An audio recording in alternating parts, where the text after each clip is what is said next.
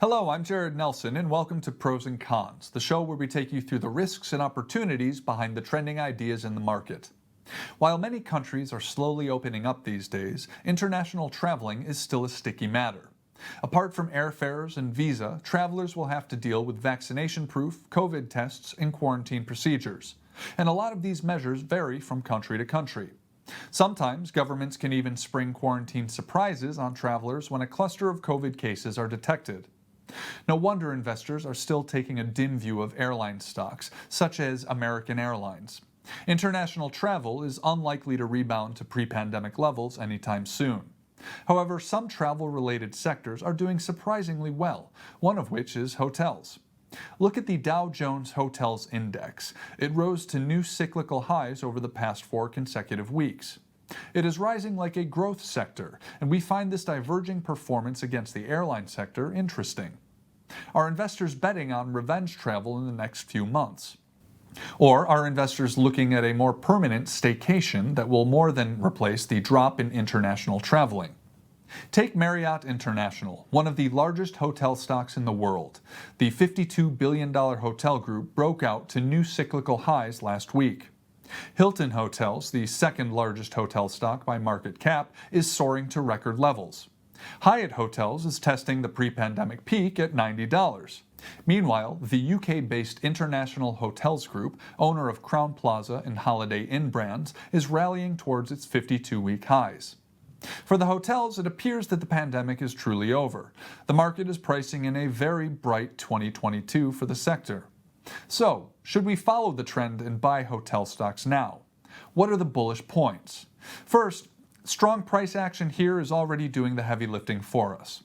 When a sector is in form, you simply just ride it. New all-time high is a good indication that the sector is being bought into. Moreover, unlike many sectors, the hotel industry is not in a euphoric stage yet. We have yet to see many bullish reports on the sector against the backdrop of a lingering pandemic. Hotels are developing a stealth breakout, which suggests more upside potential.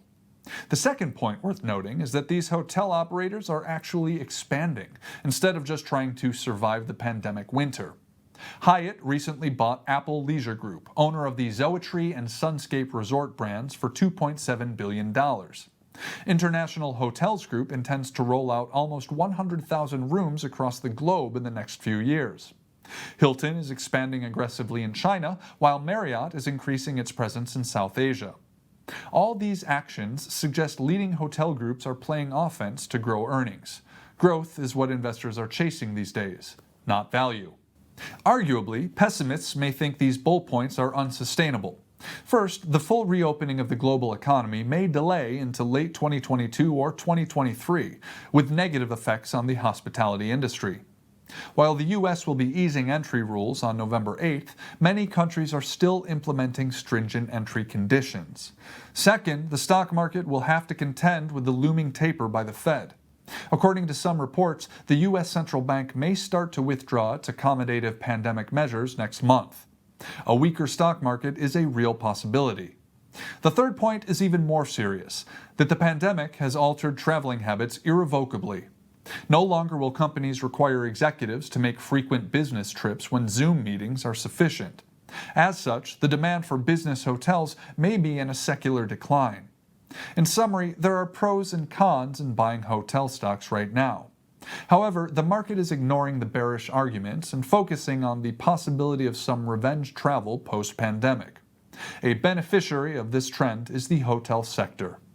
If conventional hotel stocks are bullish, should you buy this particular hospitality company, Airbnb?